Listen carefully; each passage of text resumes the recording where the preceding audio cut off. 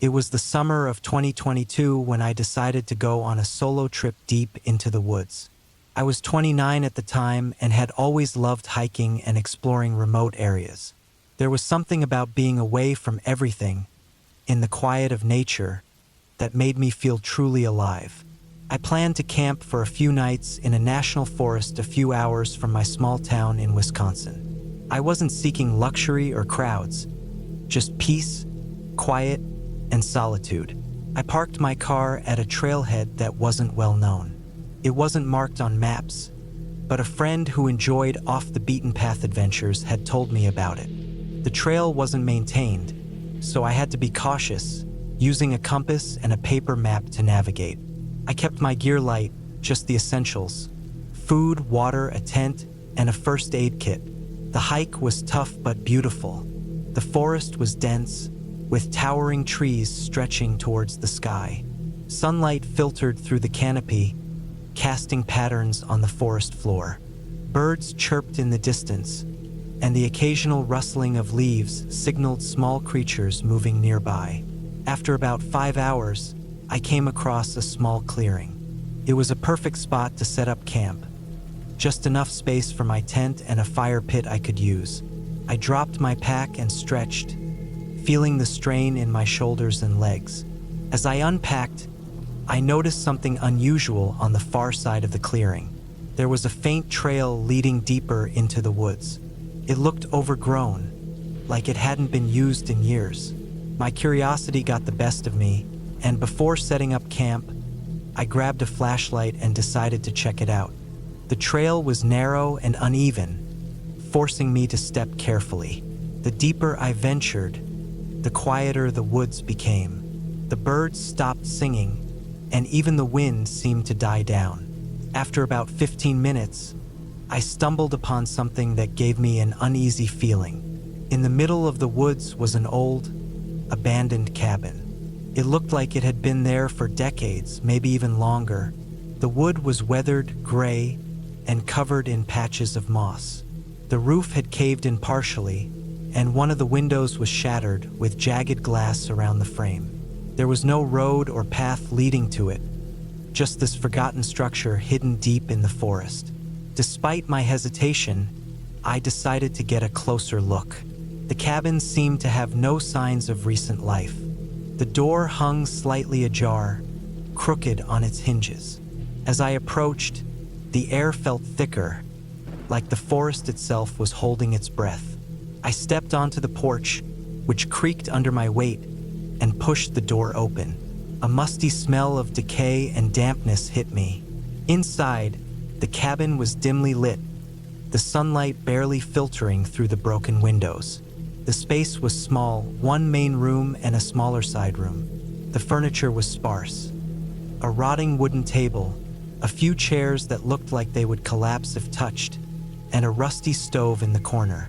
Shelves lined the walls, most of them empty, save for a few dusty jars and a stack of yellowed papers. The side room had a bed frame, but the mattress was gone. The floorboards were warped, and in one corner, there was a dark stain that made my stomach turn. I tried to convince myself it was just water damage, but something about it didn't sit right. A feeling of unease washed over me, as though I was being watched. Every time I turned around, there was nothing there, just the silence of the cabin and the forest beyond. I decided to leave and return to my campsite. But as I turned to go, something caught my eye near the stove. A small metal box, partially hidden under a pile of debris. It looked like an old toolbox, the kind with a latch on the front. Against my better judgment, I opened it. Inside, there were a few rusty tools, a pocket knife, and a small notebook. The notebook was battered, damp, and its pages curled at the edges. I flipped it open, finding scrawled handwriting, sometimes barely legible. Most of the entries were short, cryptic notes about hunting and trapping in the area. But as I read further, the tone changed. The later entries were frantic, almost nonsensical. They mentioned hearing strange sounds at night, seeing shadows that shouldn't be there, and feeling watched. The last entry sent a chill through me. It's still out there, watching, waiting. I can't leave. If you find this, don't stay. Don't let it follow you. I slammed the notebook shut and stuffed it back into the box. My instincts screamed at me to leave immediately. I hurried out of the cabin, barely looking back. The hike back to my campsite felt much longer than it should have. Every crack of a twig or rustling of leaves made me jump. By the time I reached the clearing, the sun had dipped below the horizon, casting long shadows. I decided not to stay the night. I packed up quickly, strapped on my pack, and started hiking toward the trailhead. The forest had grown much darker now, and I relied on my flashlight to guide the way. But with each step, I couldn't shake the feeling that I wasn't alone. I kept hearing faint noises, leaves crunching, a twig snapping, even what sounded like soft breathing. Every time I stopped and turned, shining my flashlight into the trees, there was nothing there. After what felt like hours, I finally reached my car. I threw my pack in the back seat and locked the doors behind me. My hands were shaking as I started the engine and pulled onto the gravel road leading back to the highway. Even as I drove, the sense of being watched didn't fade. My eyes kept darting to the rearview mirror, half expecting to see something lurking in the back seat. When I finally got home, I couldn't sleep. The cabin, the notebook, the strange noises, everything kept playing over in my mind. A week later, I couldn't resist looking up more about the area. What I found was unsettling. Over the years, there had been reports of people going missing near that stretch of forest, hunters, hikers, and even a few locals who were familiar with the area. Most of them were never found, and those who were discovered had no clear cause of death. I don't know what I encountered in those woods, and I'm not sure I want to find out, but sometimes, late at night, I still feel that heavy silence and the sense of being watched, and I wonder if somehow it followed me.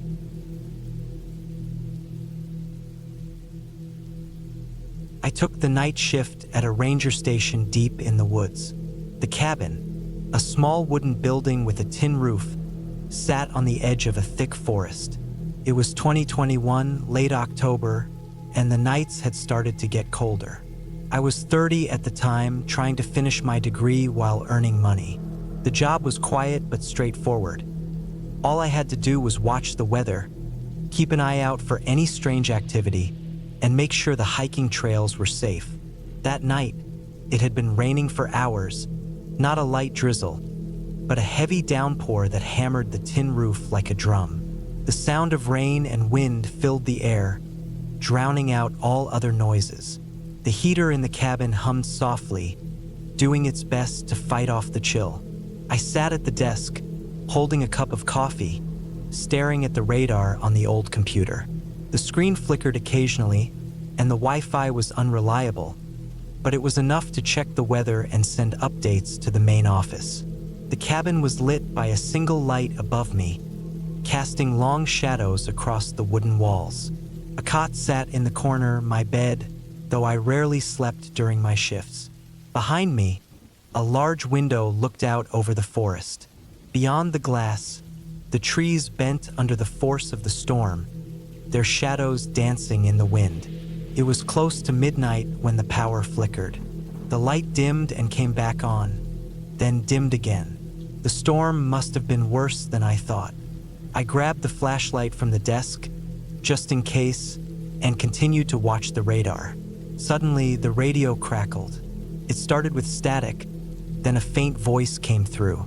It wasn't the usual communication from the office. I leaned forward, trying to hear better, but the words were garbled. The voice cut off abruptly, replaced by silence. I dismissed it as interference from the storm and went back to my work, though an uneasy feeling lingered. At 12:30 a.m., I decided to step outside for a quick look around. I grabbed my raincoat and flashlight, pulling the hood tight against my head. The rain hit me like a wall as I stepped out onto the porch. The beam of my flashlight cut through the darkness, illuminating the muddy trail that led into the woods. Everything seemed normal at first. The rain poured, the wind howled, and the trees groaned under the storm. But as I scanned the trail, I noticed something strange. About 50 yards away, there were footprints in the mud. At first, I thought they might belong to a hiker caught in the storm, but the longer I looked, the stranger it seemed. The prints were fresh, too fresh for anyone to have passed by unnoticed. And they were barefoot. Who would walk barefoot in a storm like this? A chill ran down my spine, unrelated to the cold rain. I thought about following the prints, but I decided against it. If someone was out there, they wouldn't have gone far, and if they needed help, they would come to the cabin. I stepped back inside and locked the door behind me. The heater was still running, and the familiar hum of the cabin brought a small comfort, but I couldn't shake the feeling that something was off. Hours passed. The rain didn't let up, and the power flickered again. I kept glancing at the window, half expecting to see someone standing there, but the forest remained empty as far as I could see. Around 3 a.m., I heard it, a knock at the door. It wasn't loud, just a soft, single knock. I froze, my hand hovering over the flashlight. My mind raced. Could be a hiker lost and seeking shelter, but why wouldn't they call out? The knock came again, this time a little louder. I gripped the flashlight tightly and moved toward the door. "Hello," I called out, instantly regretting it. My voice sounded too loud, too shaky. There was no answer. I stood there for what felt like ages, staring at the door. Then, slowly, I reached for the handle. My heart pounded as I turned the knob and cracked the door open. The porch was empty. The rain came down harder than ever, and the wind whipped through the trees. I shone the flashlight around, but there was nothing, just the empty trail and the endless forest. I quickly closed the door and locked it again. My hands were shaking as I returned to the desk. I told myself it was just the wind, that I had imagined it, but deep down I knew better. The rest of the night passed in a blur of unease. Every creak of the cabin, every gust of wind set my nerves on edge. I didn't step outside again. By dawn, the storm finally passed, and the first light of day broke through the clouds, casting the forest in an eerie gray light. I packed up my things, eager to leave. As I stepped out onto the porch, I froze. The footprints were back. This time, they led up to the cabin and stopped at the door. There was no sign of whoever or whatever had made them, but as I followed the trail with my eyes, something cold gripped me. The footprints didn't lead away from the cabin.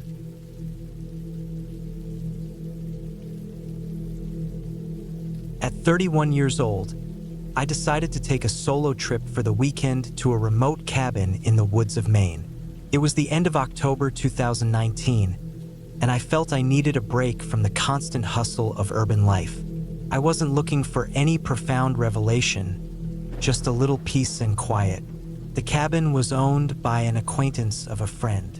It was small, with just one bedroom, a tiny kitchen, and a wood stove that hadn't seen a proper cleaning in who knows how long. The place was so far off the beaten path that there was no cell phone service, and the nearest village was a solid 40-minute drive. It seemed perfect for what I needed. I arrived late on Friday afternoon. The air was chilly, and the sky was a dull, overcast gray. The forest surrounding the cabin seemed thick and ancient, almost as if it had been there since the dawn of time. The trees towered high, their bare limbs stretching toward the sky. The cabin itself was simple, with a wooden porch that wrapped around the front. The shutters were weathered and peeling, and inside, the air carried the smell of damp wood and old pages. I unpacked, started up the wood stove, and settled into a chair with a book and a cold beer. That first evening was uneventful. I heard the usual sounds of the woods, branches creaking, leaves stirring, and the distant hoot of an owl. I slept soundly under a thick quilt I found stashed in the closet. The next morning, I decided to explore the forest. I figured I'd hike a little, breathe some fresh air, and perhaps snap a few photos of the beautiful scenery. The trail behind the cabin was unmarked but clear enough to follow. As I walked, the forest grew quieter. About an hour into the hike, I noticed a strange, pungent smell, a sour, metallic odor. I'd been on enough hikes to recognize the stench of decay, but this was far stronger than anything I'd ever encountered. It wasn't the faint, distant scent of a dead animal, but something much more overpowering. I hesitated for a moment, torn between continuing and turning back. But curiosity got the best of me, and I pushed forward, stepping cautiously over fallen branches and slick rocks. Then I saw it, a body lying face down in a shallow ditch, partly obscured by leaves. For a moment, I thought it was just a mannequin, perhaps a prank left behind by hunters or other hikers. But as I drew closer, the smell hit me again, even stronger this time, and it made my stomach churn. It was a man. His clothes were filthy and torn, and his skin had a sickly, bluish hue. I couldn't tell how long he'd been there, but it was clear it had been several days at least. Flies buzzed around his exposed hands and head, the only parts of his body not covered by leaves. My heart pounded, and for a moment I couldn't move. My mind screamed at me to run, but my legs felt frozen in place. I stared at the body, trying to make sense of what I was seeing. Who was he? How had he died?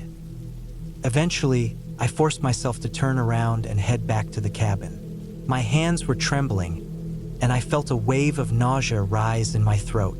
Once back inside, I locked the door and sat at the kitchen table, trying to steady myself.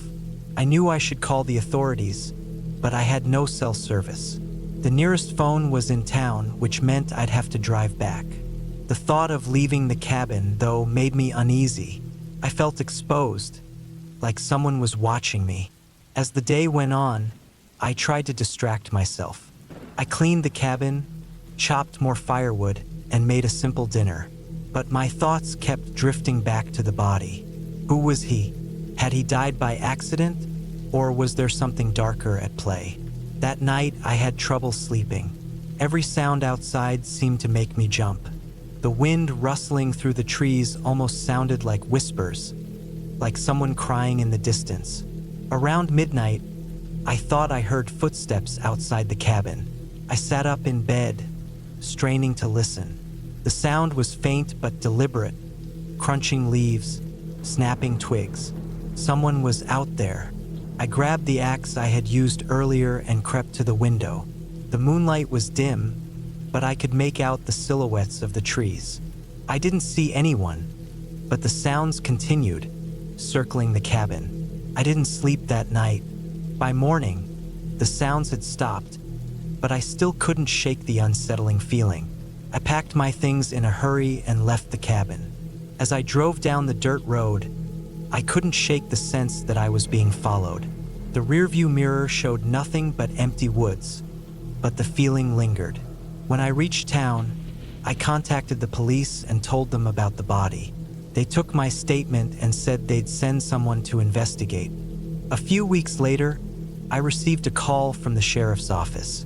They had identified the man as a local who had been missing for about a month. The cause of death was undetermined, but foul play was still a possibility. To this day, I don't know what happened in those woods or who or what was outside that cabin that night. All I know is that I will never return. Something about that place felt wrong, like the forest itself was hiding secrets I was never meant to uncover. And sometimes, late at night, I still hear those footsteps outside my door.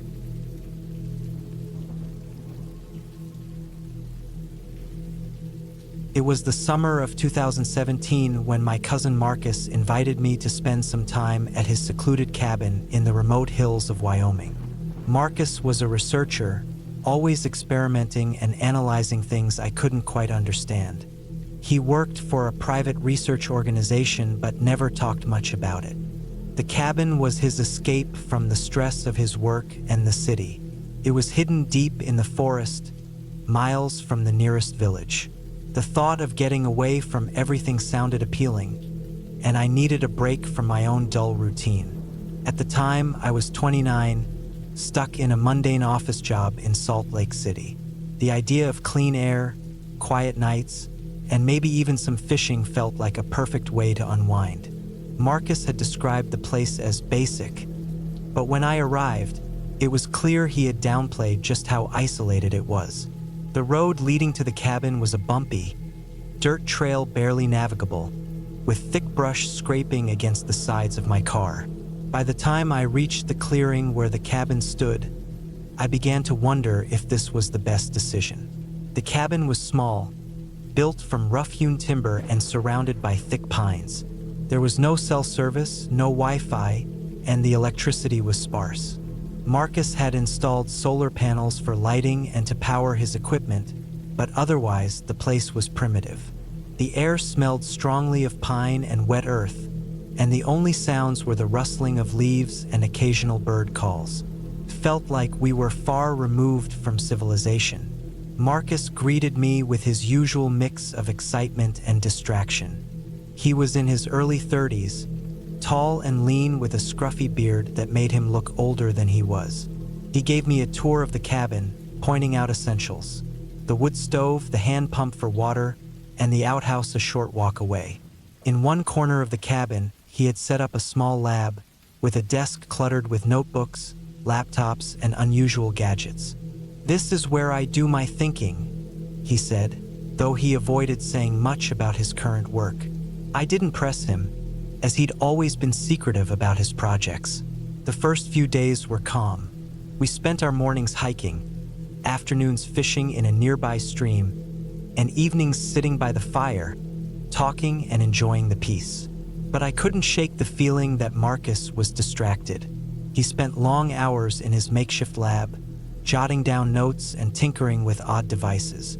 When I asked what he was working on, he gave vague replies like, "Just gathering data." One night, I woke up to a faint, persistent humming noise. First, I thought it was the wind, but the sound didn't change. I got out of bed and walked to the main room of the cabin, where I saw a dim glow coming from Marcus's lab. He was hunched over his desk, fully engrossed in whatever he was doing. "Marcus," I called softly, but he didn't respond.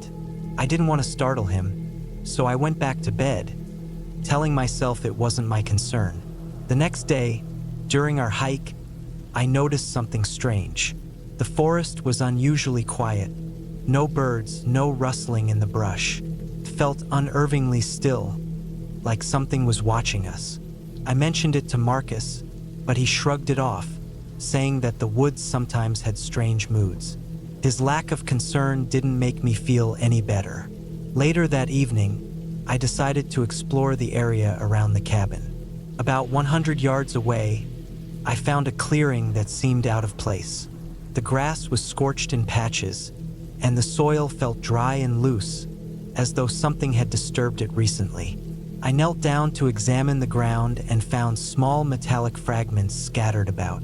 They were sharp and cold to the touch, unlike anything I had ever seen.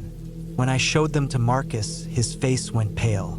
He grabbed them from me quickly and mumbled something about scrap metal, pocketing them without another word. His reaction made my unease grow. That night, the humming noise returned, louder and more intense than before. I could no longer ignore it. I got up and found Marcus in the clearing, surrounded by strange equipment. He was wearing a headlamp and scribbling notes, his face a mix of concentration and worry. I stayed in the shadows, unsure of what to do.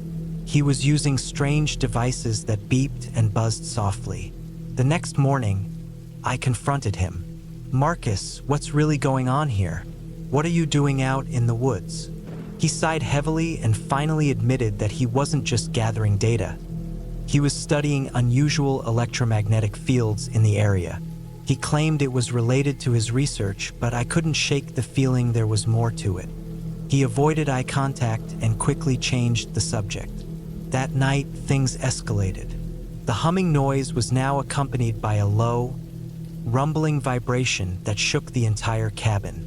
It was like a deep bass note vibrating through the walls. Marcus was pacing, frantic, checking his equipment, his face pale and drenched in sweat.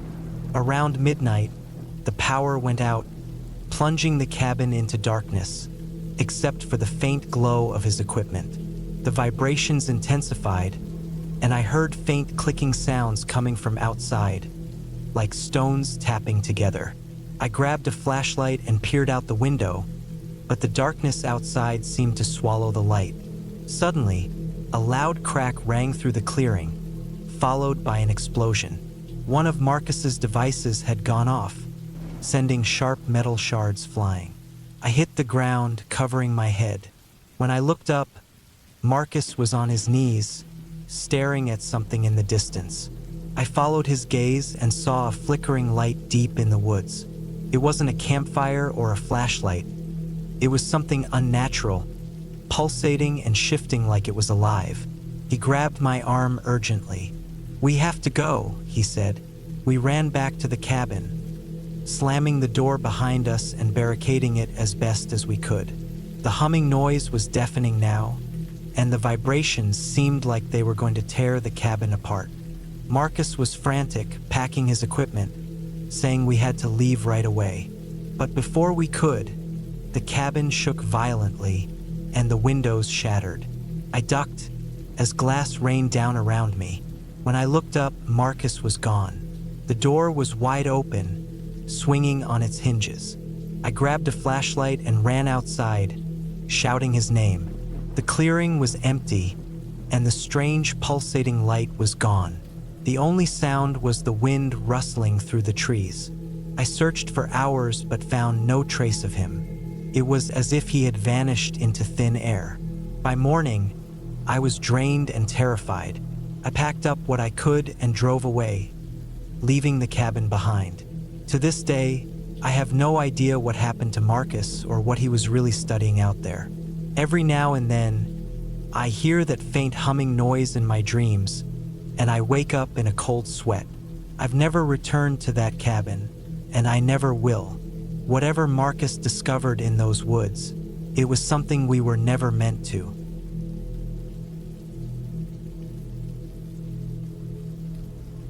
I've spent most of my adult years working in the city, stuck in an endless cycle of meetings, spreadsheets, and client calls. I'm a businessman, not someone who knows much about forests or cabins. My life revolves around profits, projections, and contracts. Still, I've always believed in rewarding good work. A few weeks ago, my company secured a huge deal, and I decided to treat my employees to a weekend getaway as a way to help everyone relax before we dove into our next big project. The location I chose was a secluded cabin in the mountains. It was a couple of hours outside of Denver, where my company is based, far enough to feel like an escape, but not so remote that it was difficult to reach. The cabin was nestled in a dense forest with some nearby hiking trails.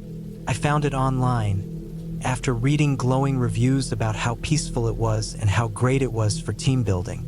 On paper, it looked perfect. I brought along 4 of my employees: Chris, Mike, Emily, and Sarah. They were some of the best in the company, and I thought this trip would be a great way for them to bond. Everyone was excited. We packed lightly, loaded up the SUV, and hit the road early on a Friday morning. By noon, we had arrived at the cabin. The place was just as described, rustic, wooden, with large windows offering a breathtaking view of the surrounding forest. It had all the modern comforts we needed: a full kitchen, comfortable bedrooms, and even a fire pit outside. After unpacking, we spent the afternoon exploring nearby trails. The forest felt alive. The tall pines swayed gently in the wind, and the air smelled fresh, like damp earth and pine. Birds chirped in the distance, and we could occasionally hear the rustle of small animals in the underbrush. It was quiet, a welcome change from the constant noise of the city. That evening, we gathered around the fire pit, roasting marshmallows and sharing stories. Laughter filled the air as we joked about work and told personal anecdotes. The stars above were brighter than I had ever seen in the city, making the evening feel like the perfect getaway. The next morning, I woke up early and decided to take a quick walk while the others were still asleep. Quietly, I slipped out of the cabin. The forest looked different in the early light, calm, inviting. I followed a narrow trail that seemed well-trodden but wasn't marked. It was peaceful, with only the occasional chirp of a bird or rustle of leaves to break the silence. After about 20 minutes, I came across something strange. Ahead, there was a clearing, and in the middle of it stood a small wooden building, almost like a shed. It looked old, its wood worn and gray with moss growing at its base. I hadn't seen any mention of the structure in the cabin's description or the reviews. My curiosity got the better of me and I approached it. The door was slightly open, creaking softly in the breeze. I peeked inside, expecting to find old tools or maybe some hunting gear. But the inside was empty, just a bare wooden floor. The walls were scratched, as if something had clawed at them repeatedly.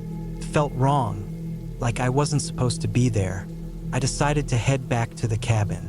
The walk back felt longer than I remembered, and I couldn't shake the feeling of being watched. Every time a twig snapped or a leaf rustled, I glanced over my shoulder. When I reached the cabin, the others were awake and making breakfast. I didn't mention the shed. I didn't want to ruin the mood or scare anyone. The rest of the day went by uneventfully. We hiked another trail, took some photos, and spent the evening playing board games. But as the sun set, I couldn't stop thinking about the shed. Something about it didn't sit right. That night, I woke up suddenly. At first, I didn't know why, but then I heard it, a faint sound coming from outside. It was rhythmic, almost like tapping. I sat up in bed, straining to hear. It was coming from the woods. My heart started to race. I got up and looked out the window. The forest was dark, but the moonlight lit up the clearing around the cabin. I couldn't see anything unusual, but the tapping continued, now growing slightly louder. It wasn't coming from the cabin. It was further out in the woods. Against my better judgment, I decided to investigate. I grabbed a flashlight and slipped quietly outside, making sure not to wake anyone. The cold night air sent a shiver down my spine as I followed the sound. It led me back toward the shed. The flashlight beam cut through the darkness, revealing the structure, exactly as I had left it earlier. The door was still ajar, but now I noticed fresh scratches on the wood, as if they had been made recently. The tapping had stopped.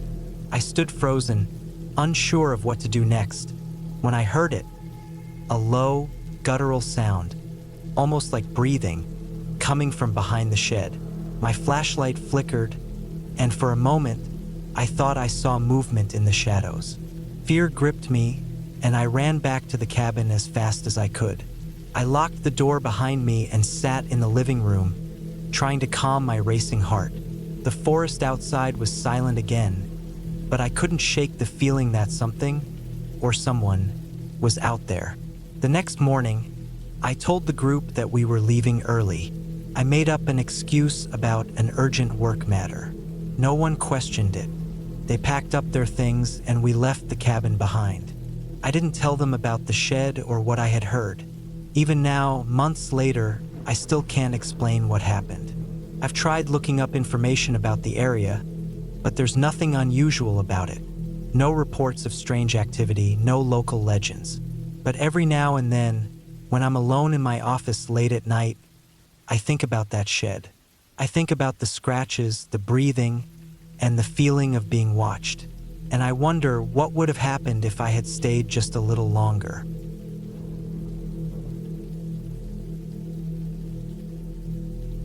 It was the summer of 2012 when my cousin, his best friend Marco, and I decided to take a trip deep into the jungles of northern Argentina.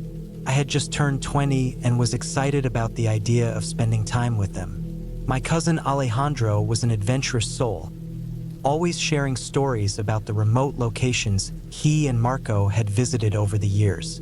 They both loved exploring the wilderness, and this time, They invited me to join them at a secluded cabin they had rented for several days.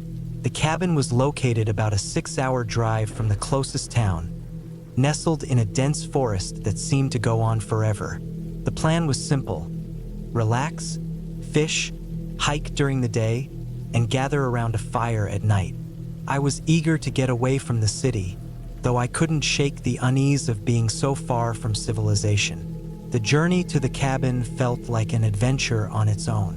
We navigated winding paths, thick stretches of jungle, and even spotted a few animals darting across the dirt roads. By the time we arrived in the late afternoon, the sun was beginning to dip below the horizon. The cabin was small but sturdy, built from weathered logs, with a wide porch overlooking a clearing surrounded by trees. Alejandro and Marco unloaded the truck while I wandered around, taking in the humid air filled with the sound of insects and distant bird calls. As expected, there was no phone signal, but the cabin was equipped with basic necessities: a wood stove, a small generator for light, and enough provisions to last the week. That evening, after a simple meal, we sat outside, gazing at the stars. The thick tree canopy allowed only faint glimpses of moonlight, and the forest came alive with the sounds of chirping, rustling, and occasional distant howls. The following morning, we decided to explore. Alejandro mentioned a nearby stream known for excellent fishing. We grabbed our gear and set out early, following a faint trail through the dense vegetation. Time seemed to blur as we ventured deeper into the forest, its towering trees and endless greenery making it easy to lose track of direction. When we finally reached the stream, it was as breathtaking as Alejandro had promised. The water was crystal clear, flowing gently over smooth stones and surrounded by moss-covered logs and ferns. We spent hours fishing, chatting about nothing in particular, and soaking in the serene atmosphere. By late afternoon, we decided to head back, and that's when things started to feel strange. The first thing we noticed was the silence. The usual buzz of the jungle had faded, leaving an unsettling stillness. Even the birds seemed absent. At first, we joked about it, saying the wildlife must be taking a break, but I couldn't shake the feeling that we were being watched. The path back to the cabin felt longer than it had earlier. Every so often, I thought I caught movement out of the corner of my eye, but whenever I turned, there was nothing there. Reaching the cabin brought a wave of relief, but it didn't last. That night, strange noises began. It started faintly, with rustling in the underbrush outside. We assumed it was an animal, perhaps a curious jaguar or a wandering predator. But as the night wore on, the sounds grew louder and closer. Around midnight, we heard slow, deliberate footsteps on the porch. Alejandro grabbed a flashlight and stepped outside, but found nothing. The rest of the night was tense, and none of us slept much. The next morning, we inspected the area around the cabin. What we found left us uneasy. Deep scratches marked the trees near the edge of the clearing. They were too precise to be from an animal, almost as if they had been made with a tool. Not far from the cabin, we discovered a small shelter constructed from branches and leaves. It was empty, but it didn't feel abandoned. Marco speculated it might belong to illegal hunters or loggers. Alejandro nodded in agreement, but I could tell neither of them was convinced. We stayed close to the cabin that day, trying to stay alert. But as night fell, the unease returned. The noises came back, louder and more distinct. This time, faint whispers accompanied them, though we couldn't make out any words. The sounds seemed to move, circling us. By the third day, we were on edge. We debated whether to leave, but the risk of getting lost in the jungle was too great. Alejandro and Marco set up makeshift alarms around the cabin, fishing lines tied to empty cans that would rattle if disturbed. That night, the atmosphere grew heavier. Around midnight, the makeshift traps began to go off, one after another. We shone our flashlights into the darkness but saw nothing. Then came heavy footsteps, circling the cabin. They were slow, deliberate, almost mocking. The most terrifying moment came when loud banging started on the walls. It was violent, as though something or someone was trying to break in. Alejandro and Marco tried to reassure me, but their fear was clear. We huddled together, gripping whatever we could use as weapons: a hunting knife, a hatchet, a heavy branch. The banging continued for what felt like hours before suddenly stopping. The silence that followed was deafening. We didn't move or speak until the first light of dawn. As soon as the sun rose, we packed our things and left in a hurry. The walk back to the truck felt endless, but we didn't stop until we were far from that cabin. To this day, I don't know what we encountered out there, whether it was people or something else entirely. All I know is that I will never set foot in that forest again.